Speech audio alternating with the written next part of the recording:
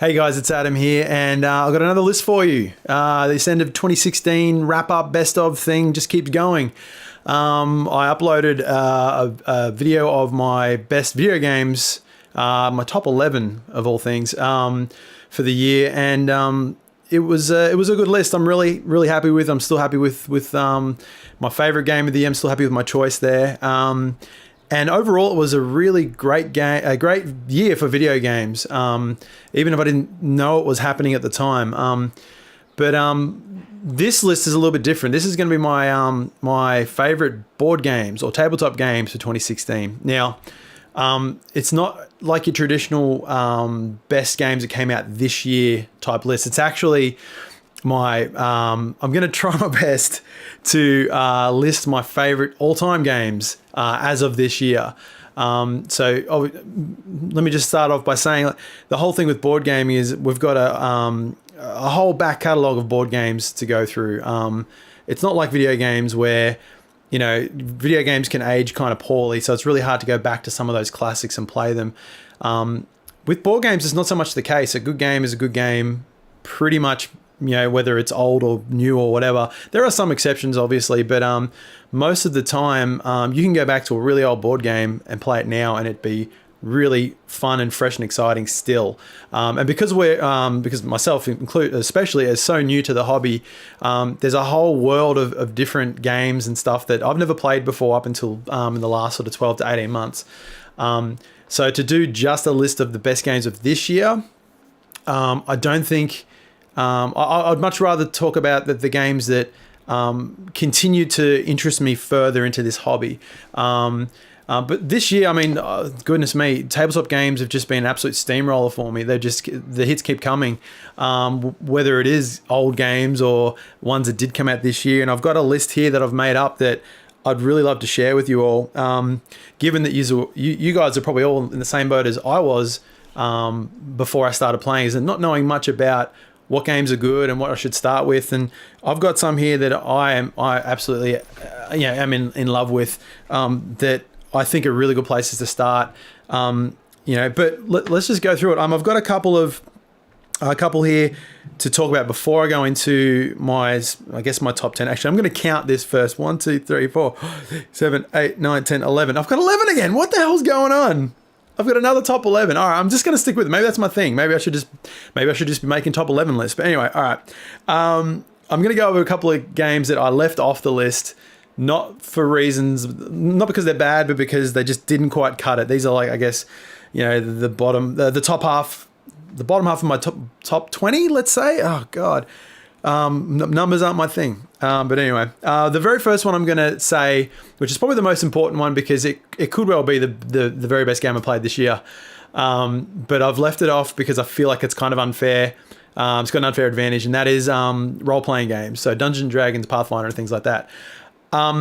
We started a campaign with our game group this year, and it's my first sort of foray into role-playing games and that sort of thing.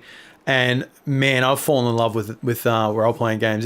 That is some of the best fun you can have while sitting down. And it's just a really unfair. It's unfair to lump it in with these board games because the possibilities are endless. They really are endless. And some of the situations and some of the things that have happened in some of our sessions, our role-playing sessions, have been some of the most memorable tabletop sessions I've had this year. So, some of them even I'd put up there with some of the best gaming moments I've had, full stop, whether it be video gaming or board gaming. So I have to get that out of the way now. That could be well and truly in a category all on its own. That's just been so much fun. So role-playing games, man, I wish I had started sooner. I wish I had started when I was younger. But anyway, I'm going to go through some of my bottom of my top 20, I guess. And we've played a lot of games this year, me and my group.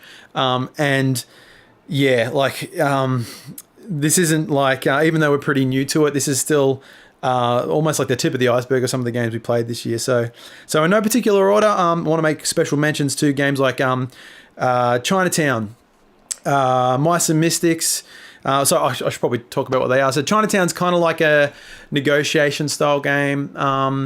Look, I only played it once, but the one time I did play it was fantastic. Mice and Mystics is basically a role-playing game in a box where you play as little mice, like you got little miniatures that you use, and you play as mice, and there's campaign driven scenarios where you follow a storybook and all that sort of thing. It's been really great. Once again, haven't played it enough for it to make it into my top list, but well worth mentioning. Pyramid Arcade, which is a game that Nathan actually kickstarted. We got to play, and it's basically like a multiple. It's almost like it's a box of games that use the same or similar components across the board, and you can play everything from 5-minute games up to 50-minute games, I guess. And we played a lot of really quick ones a few weeks ago, and that was a really, really awesome game. A really great little, well, I can't say little, it's big, but a really great package of different games. Like, it's one of those packages that if you could only ever own one game, like one box, this would be the one you own, because it's got so many different variations of different types of games in it. It's really, really fantastic. What else have I got on here? I've got Inish. I believe it's Inish, not Innis. Someone can correct me on that if they would like. Inish is like a area control, dudes on a map type game. Using the same, it's got a card drafting mechanic at the start where you go through and everyone picks a card and passes the deck around until they've got a deck of, I think it was 4 or 5, I can't remember, but and it's the same, I want to say 10, 20 cards. I can't remember. I don't own the game. I only played it, but it's the same cards every time. And every time you play a round, you are getting the same cards, but the card you had last round might be in someone else's hand, or you might have someone else's card that they had last hand. So you start to sort of get an idea of what people may have. But there's like one card at the very start that gets burnt out. It's got this kind of deduction kind of element to it.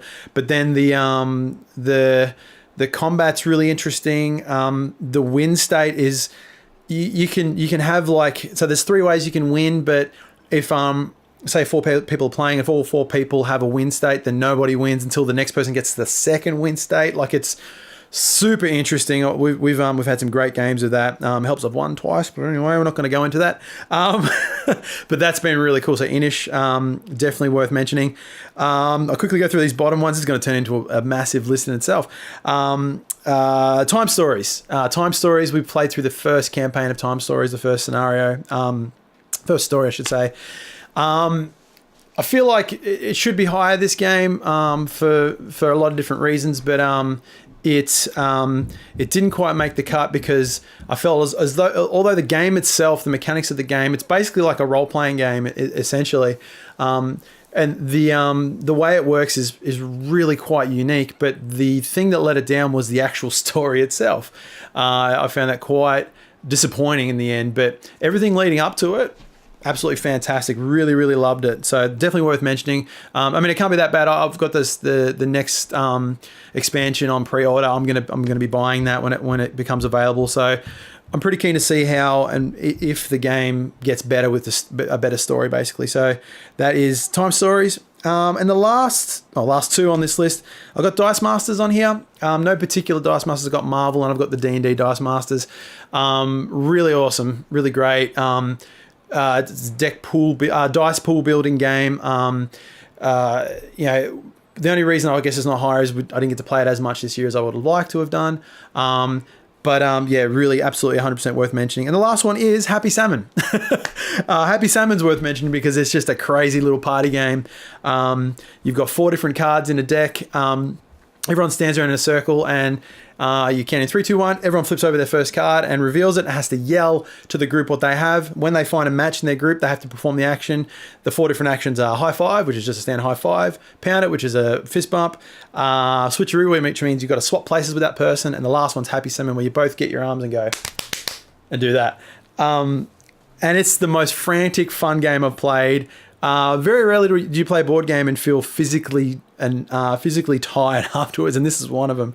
We've had some fun times with Happy Salmon as well. So that's my bottom list. That's the ones I played. I wanted to mention, but weren't quite up to the standard of making the top 11 of my list, which is just ridiculous that it's 11. But anyway, so that's out of the way. I'm going to start with my my actual list now. So once again, these are my favorite games of all time, as opposed to the best games that come out this year, but they're my favorite games as of this year. So there's a little bit of everything in here, and I'm going to go through in, I guess, no particular order. I'm just going to run through them. I'm going to sort of ease my way up into my top favorite, I guess, 5. But I'm just going to sort of start with the bottom and work my way up. So the first game I'm going to start with is probably going to be the first game that really started getting me excited and interested in tabletop gaming, which is Sushi Go. You can pick either Sushi Go, the original, or Sushi Go Party. Each one of them, well, I mean, I played a lot more of Sushi Go. Sushi Go Party is still relatively new in my collection, but they're essentially the same game. The way it works is it's a card drafting game. Everyone everyone sits at a table, it gets dealt, depending on how many players are playing. Everyone gets a number of cards. The aim of the game is to have the best sushi meal possible by selecting cards and playing them. Everyone does this at the same time. And then passing your cards to the left and then keeping that going. The certain cards give you certain points at the end of the game. There's a set collection kind of element to it. So if you say you get, for example, there's sashimi cards. If you get 3 of those, you get 10 points. Gyoza cards, if you get 1, it's only worth 1. But if you get, I think, 3, it's worth 6 or 7 or something like that. So it's got a really interesting mechanic to it of set collection and all that sort of thing. There's also, in the Sushi Go Party version, there's certain cards that if certain people get them at the same time, if you play them at the same time, the points actually cancel out. So if you're the only one to draw it, you get the points, but if someone else draws at the same time as well and decides that's the one they want, then no one gets the points. And then there's like an end game thing too, which is generally like a dessert thing. The person with the most desserts gets the most points. The person with the least amount gets minus points. So really fun. We've had some great games with that. Not only with my older game group players, but also with my kids as well. We've really had some great times with that. So that's Sushi Go.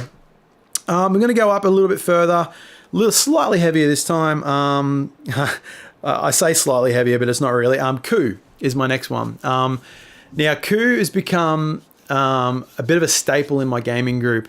I've got a tub of games I bring to my gaming group, and I always make sure Coup is in that box, in that tub, because 9 times out of 10 it gets asked about, or we play it, and it generally gets played like 3 or 4 times in a row. It's just one of those games you can pick it up and play it with any group really. It's got a good play count. It goes up to 6. It's just one of those games, and it's hilarious. It's a very funny game. It's essentially what it is. It's a bluffing game. You get given 2 cards at the start of a game, and each card has a different identity on it. There's if I remember correctly, I'm going to forget this. There's 6 identities. It could be 5. I'll figure it out in a sec. But there's 3 of each particular identity. So there's a duke, there's an ambassador, a captain, and a contessa, an assassin, and maybe there's only 5. There's only 5. And each particular person has a particular ability, and they can be these abilities can be used to perform an action in your turn. But the whole time, the 2 cards you have, which have the abilities on them, or the players, are played face down. So you don't have to actually play the card. You've just got them in your possession. So when you say, I'm the assassin and I'm going to assassinate you, people have to either guess if you're bluffing or whether or not you actually do have the assassin card, because if they call you out on it and you have the card, they automatically get 1 card taken away from it. But if they call you out and you don't have the card, you lose a card, sort of thing. So it's a bit more to it than that, and there's a really interesting back and forth with it. I'm not going to go over rules explanations. That's for other videos, but well and truly one of those games that just is absolutely a staple in our group. It's so much fun. So that's Coup. That's C-O-U-P. The next one I'm going to talk about is Galaxy Trucker. So Galaxy Trucker is a little bit of an older game. And it's almost like a game. It's broken into 2 parts. The idea of the game, the way you win the game, is to have the most money at the end of the game. The way you get money is you travel through the galaxy and you collect a cargo and all that sort of thing. There's other ways to gain money too. But before you do that, you need to actually build your ship. So there's a whole stage at the start of the game where you go through, and it goes in 3 rounds. And at the start of each round, you build your ship out of, and the parts you get to choose from to build your ship is taken from this face down pile of little tiles. and you've got to go through and pick up the pieces, look at them, decide where they go, and put them on your little player board, which has the shape of your ship.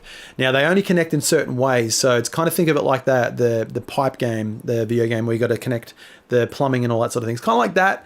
But then each tile has a specific like ability, like it might be a shield or a gun or something like that. Once again, I'm not going to go over the rules. I actually have a rules explanation video on that game, which I'm going to put here.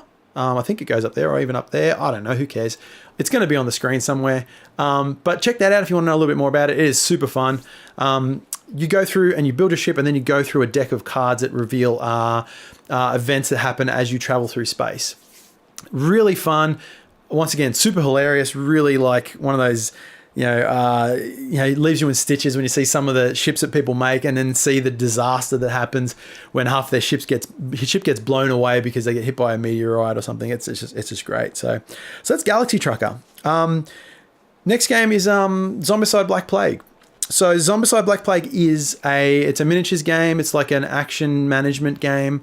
Using modular boards, so you can make different scenarios. A scenario based, so you can follow like different campaigns and that sort of thing. And it's essentially like a Left 4 Dead style, waves of zombies, killing waves of zombies and all that sort of thing, but also gaining objectives and things like that too. It's my first Zombicide game I've played. This is like the third version of Zombicide, and I really, really like this game. We've had some epic evenings on Zombicide Black Plague, mainly because we played it wrong the first couple of times. But it's a fantastic game. Miniatures are really, really nice. I really, really like that game. I'd like to play it more in the new year. We'll see how we go. That was my first Zombicide game, and probably actually it's not my first miniatures game though. I'm going to get to that very, very soon. So Zombicide Black Plague. Getting through the list now. What is that? 1, 2, 3, 4. That's 4 of my games out of my top 11. I'm going to talk about Captain Sonar next. So that's my next favorite game in the list there. Captain Sonar is a really interesting beast. So we've all played Battleship or versions of Battleship where it's 2 players and you're sort of calling segments of a column in a row to the other player to see if you can land a missile on their battleship and all that sort of thing. So imagine Battleship, but instead of being 1-on-1, it's 4-on-4. And instead of having stationary battleships, it's a moving submarine. And not only that, the actions and trying to attack the other player's submarine is all happening in real time. So it's not turn-based. This is probably one of the most chaotic games, as well as Happy Salmon, I guess. This is one of the most chaotic games I think I've ever played of anything, really.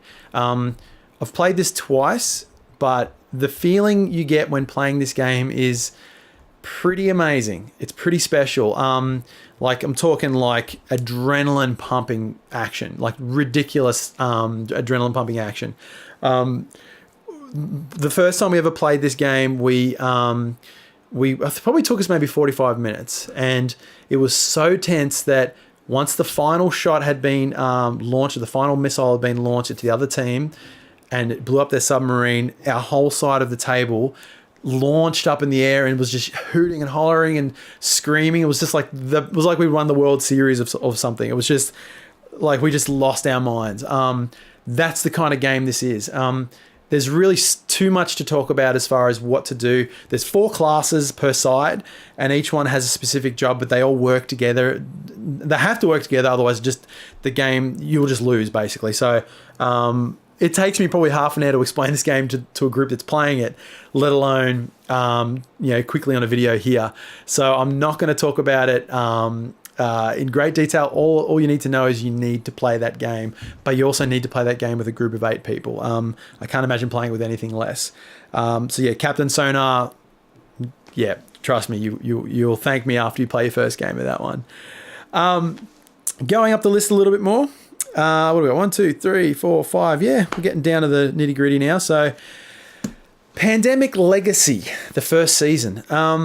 So Pandemic, you can include Pandemic in this list as well. Like really, it can be either or, but specifically Pandemic Legacy, because it's the first Legacy game I've ever played. Anyone doesn't know what a Legacy game is. It's a game that almost kind of like unlocks as you play it. So when you start playing the game, it starts in a certain way. So you might be playing it almost like, in the case of Pandemic Legacy, you would be playing the start as generally like Pandemic, like just normal Pandemic, which is an action management game. You're basically traveling around the globe, trying to cure diseases, not infect the world. This is not the other one, Plague Inc. This is Pandemic. They always get mixed up. But with the Legacy version of this game, and you win when you cure all diseases, and it's one of the hardest games I've ever played, but it's also one of the most enjoyable, and it's up there as far as like that same adrenaline pumping action that you get out of a game like Captain Sonar. But the Legacy version is a similar sort of thing, but as you play the game, certain things happen. Like, so for example, if you're spoiler conscious, I'll just give you a bit of a warning now. I'm going to say a few little bits and pieces about this game that may spoil it for you. Know that Legacy games, they're all different to a certain extent, but sort of the same. So basically, one of the first major things that happens in our Legacy game was, so there's 4 diseases you have to cure. I think the second month, it runs in months. The second month we played it, as in game months, not actual months, I should say. The second month we played it, one of the diseases became incurable. So you have to go to cities and wipe cubes off the board to cure, to basically not cure a disease, but like, you know, basically wipe it off a city and I guess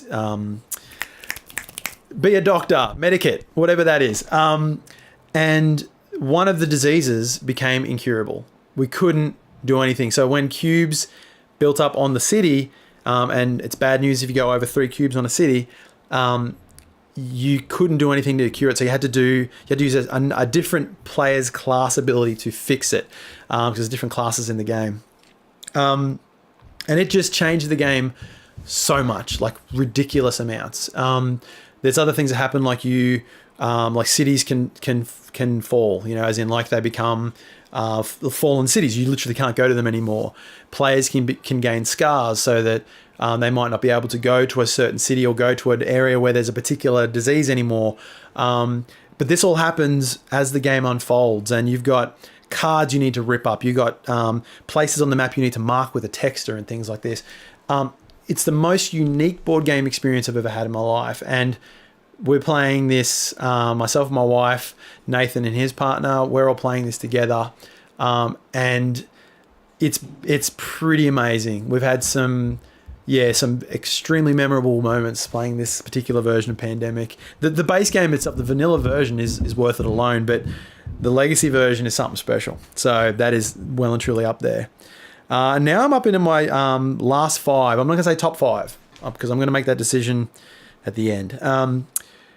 I've got a game, probably the smallest game in this sort of last couple of sections, slightly smaller than Coup. No, sorry, it's definitely larger than Coup, but what am I getting at? Anyway, I'm just going to say what it is. Star Realms. Star Realms, another game I did a video on, which I'm going to put a link up for you to check that out. Star Realms is a deck builder, a 2-player deck builder. Can be 4-player, depending on if you buy the expansion for it or the second version of it. You can put them together and play 4 players. I've only really ever played this 2-player because I feel like that's when it's at its best. Star Realms is like a $30 game, $25, $30 game.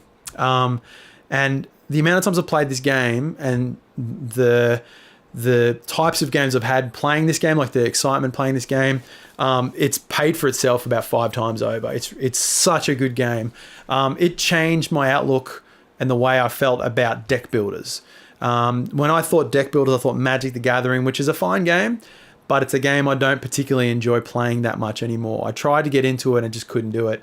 And Dice Masters to a certain extent really helped me understand Star Realms as well a little bit more. But Star Realms is one of those games that with the dudes I play games with, I can just say to them, "Do you want to play Star Realms?" Like while we're waiting, and there's never like it's always yes, let's play. That game's awesome. So Star Realms, for being how small and simple it is, it is a fantastic little game that I think everyone should have a copy of, just because it's literally a deck of cards. You can fit it in your pocket if you've got big pockets. Definitely in a backpack. And yeah, there's always time for Star Realms. Let's put it that way. It's just one of those fantastic games. So that's definitely up there. I'm going to add another deck builder to this game too, to this list. One that I've been playing a lot more of recent. And it's probably one of the most unique games on my list, given that it's pretty much the only one of its type, like as far as like how it does its thing. It's a deck builder, but it's a different type of deck builder. The game is Mystic Vale. Mystic Vale is a deck building game. So you're building a deck of cards, but it's not more cards into a deck. Like for Star Realms, for example, you get more cards and you start dealing more cards. With Mystic Vale, you are building cards as opposed to a deck. So it's still the same thing. You're still getting a card and then putting it to your deck. But the way it works, and I should have got the game out to show you, is you get 20 cards in a deck to start off with. And these are all sleeved cards. Some of them have like a currency token on them, which is called mana. Some of them have like a little kind of a bad symbol on it, which is called cursed lands. And once again, without going into rules, maybe I might actually do a video on this at some stage because it is well worth having a look at. It's pretty unique game. You actually, what you do is you gain money per turn to buy what they call advancements. And these are like clear plastic cards that you slide into the sleeves of your existing 20 cards to build more powerful cards. And you can keep adding to these depending on what comes out when you play. And so how that works, and the way that's different to a regular deck builder, is you've always got the same 20 cards, but the versions of those cards that come out will differ depending on how you build them in your turn. It's the kind of game that people see it. Like I'm talking like Magic players. Like I was giving grief to some Magic players the other night when we were playing it. They're looking at us playing it and saying, "Oh, I don't think I could play this. It looks way too complicated." Everyone looks at it and thinks it's complicated. It's actually super simple. The way it works, it's amazingly simple how well it works. And it's one of those games the more I think about it, the more I want to play it. Like I want to play it right now. It works really well with 2. It works really, really well with 4. And the best part about it is there's no combat in it. You are druids trying to build the most, life-filled plains and lands and all that sort of thing. So it's really passive and but still super competitive because it's basically the player with the most points at the end wins. It's a board game. But because you're not attacking people like you would in, say, like something like Magic or even Star Realms for that matter, it feels way more cruisy and just an awesome game. This is probably going to be pretty high up there on my list of favorite games of all time, I would say. So yeah, that's Mystic Vale. Going into my list a little bit further, getting to sort of the last couple of games now, last 3 games, and look. I'm just gonna go out on a limb here and just let you guys know the last 3 are probably definitely going to be in my top 5 because these are 3 games that are consistently ones I think about wanting to play the most often. Some I get to play more than others, but let's just start from the bottom here, the bottom of the 3 here. Roll for the Galaxy. So Roll for the Galaxy is a dice version of a game called Race for the Galaxy, a game I've never played. A game that is all card-based and card-driven. Was apparently very hard to play because there's a lot of iconography on the cards and it's really hard to understand. Roll for the Galaxy, which once again, I've done a video on this one, which I'll put links up for that, is like a dice version of it. And I don't even know where to start with this one. I guess you could say it's worker placement. I could be wrong there. Someone can correct me on that if they want. Like, once again, I'm really new to this sort of thing, so I'm trying to figure out how certain games fit into certain genres. I'm still kind of working it all out. But how it works is you roll dice, and it's not so much luck-based as like what normally dice games are like. It's sort of luck-based, but you assign... They're all custom dice, not numbered dice like standard dice are. They've got symbols on them. And what those symbols mean are... There's certain phases you need to activate in the game. I don't even know if I'm going to bother trying to explain this because honestly, the video probably does a better job. All you need to know is this is one of probably the best games I've played this year, well and truly in my top 5. And yeah, like it comes off as being really complicated, but then as soon as you have 1 or 2 turns, it really starts to cook. Yeah, I've done a terrible job trying to sell it to you, but it's fantastic. Trust me. Watch my video. Hopefully that clears it up a little bit, unless the video's description is terrible, which it could well be. But check it out. That's Roll for the Galaxy. The next one on my list is the first miniatures game I ever bought, which is Blood Rage. Blood Rage is a Viking area control game with combat and some of the best miniatures I've ever seen. Second to maybe, oh Lord, actually that new Doom board game I just picked up recently, which I haven't played yet, so it's not on my list. That new Doom board game's minis are pretty awesome, but this has still got it, I would say, as far as like the quality of the miniatures. But the game itself is just so good. Oh my goodness. So you've the way it works, you've got up to four factions. You can go down to as little as 2, 3 or 4, and it plays well with 3. I haven't played it with 2, but plays really well with 4. And the way it works is you basically deploy troops onto the board. You've got a certain, it's action point based sort of thing. They call it glory. Rage. That's what they call it. You've got a certain amount of rage in the game that you can use, which are essentially action points. Certain actions require a certain amount of action points, like say deploying a dude on the board might cost 1. Pillaging an area might not cost anything. There's all sorts of things you can do. Once again, I'm not going to go over the rules. This is one that I should definitely do a rules explanation on, or at least a gameplay video on at some stage, because it's really great. But it's the best game to play if you feel like listening to some heavy metal as well. It just fits so well. Our soundtrack to this game is a monomath, Viking metal essentially. But in all seriousness, it's just got so much cool stuff going on.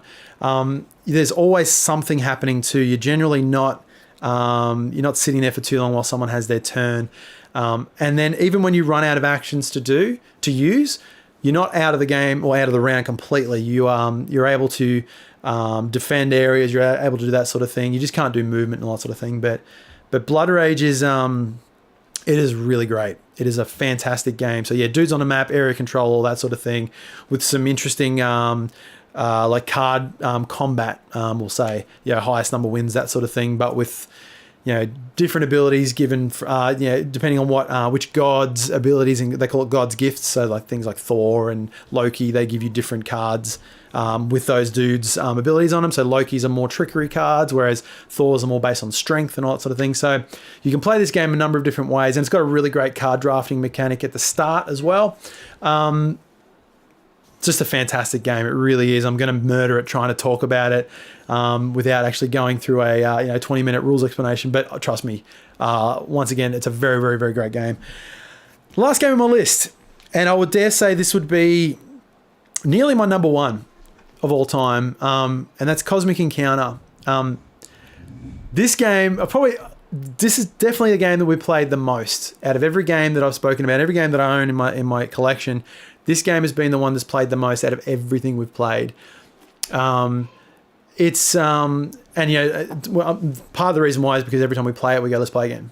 Let's play again. We played like 3 games in a row in some nights, and it's not a long game. It's a short game. Gets quite long. Cosmic Encounter has a really simple mechanic, a really simple, loop of how it works. You've got to be the first player to have 5 colonies, which are these little spaceship tokens, on 5 enemy planets. The first person to get to 5 is the winner. And the way it works is you draw out a card. The card has a player's color on it. Whoever the player's color is, that's the player you're attacking, and you're trying to invade their colony and that sort of thing.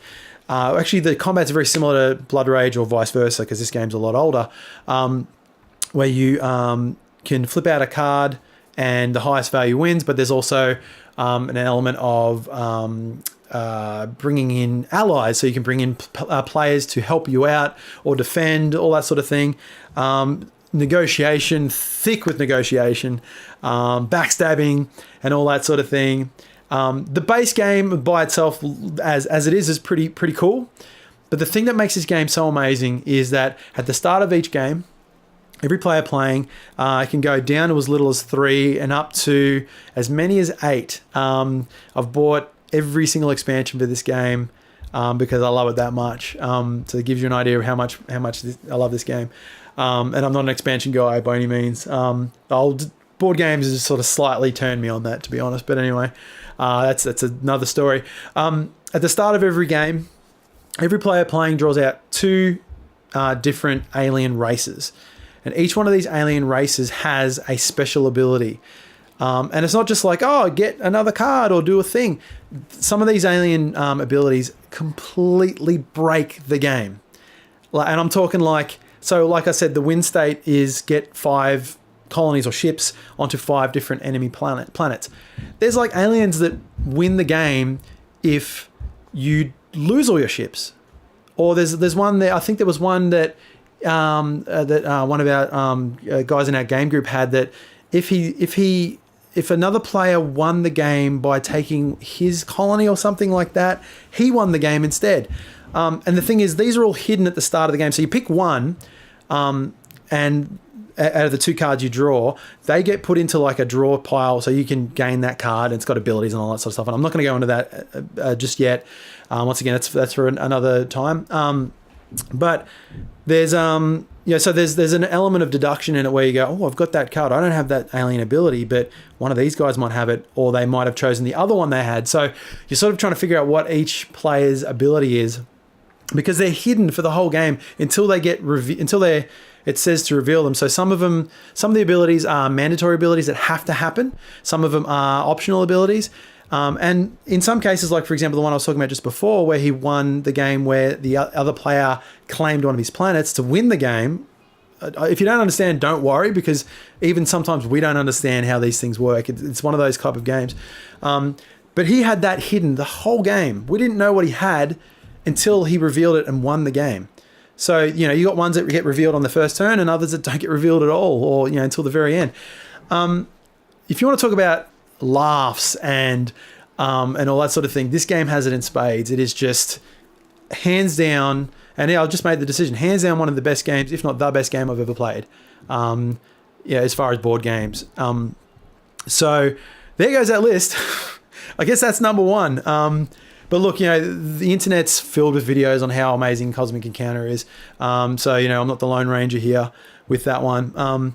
But it is absolutely the oldest game on my list. That game came out, I think it was 1977 or 1978. The version I have, obviously, is a reprinted version that came out, I think it was 2008 by Fantasy Flight, which is by far, from all intents and purposes, from reading online, it's the best version of that game.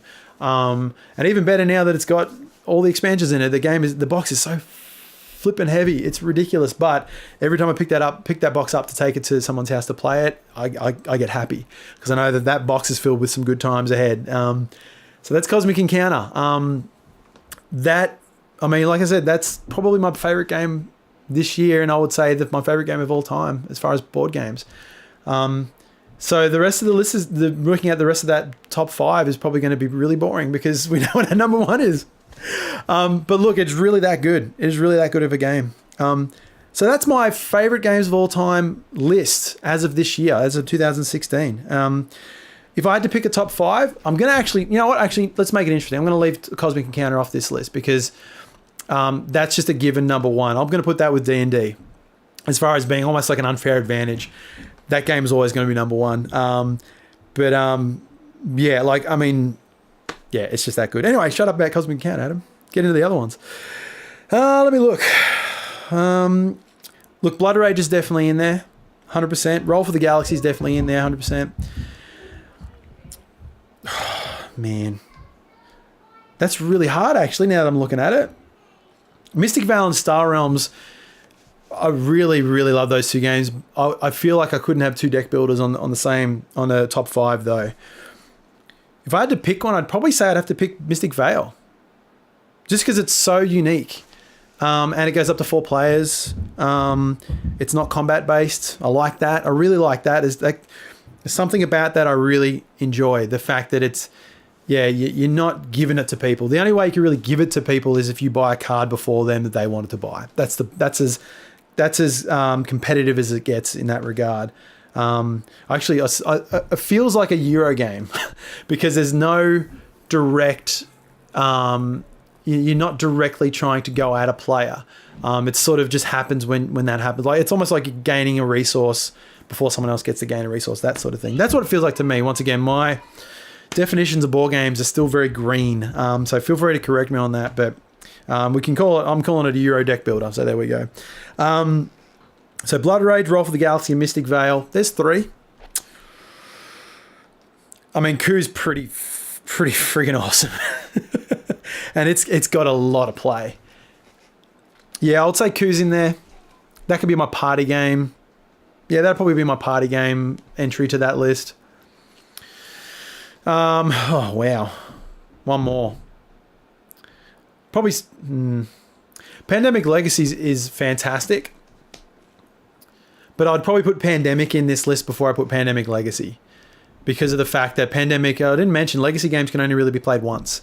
In the case of Pandemic Legacy, if you're really good at it, you can play it 12 times. If you're bad at it, you can only play it up to 24 times. And then the game, all the secrets are being revealed and there's nothing left to basically do in that game. With Pandemic, though, you can play it countless times. You can just keep going. It's just a regular board game. So I'd probably sooner put Pandemic into my top 5 than Pandemic Legacy. Although I keep looking at Sushi Go. Because that game's fantastic. And it's a game I can play with my kids. Although I have played Pandemic with Harper, my oldest, and she's enjoyed it. Yeah. So let's do this. Blood Rage, Roll for the Galaxy, Ku, Mystic Veil. That's 4, and the 5th spot is either going to be Pandemic or Sushi Go. Yeah. I'll have to go Pandemic. Pandemic is one of those games that's so good. You ask me to play it right now, I'll play it with you. But I'll do that with Sushi Go as well. It's hard. No, Pandemic. I'm just going Pandemic. So, all right, there's my list. There it is. So, of the games I played this year, my top games of the year are as follows.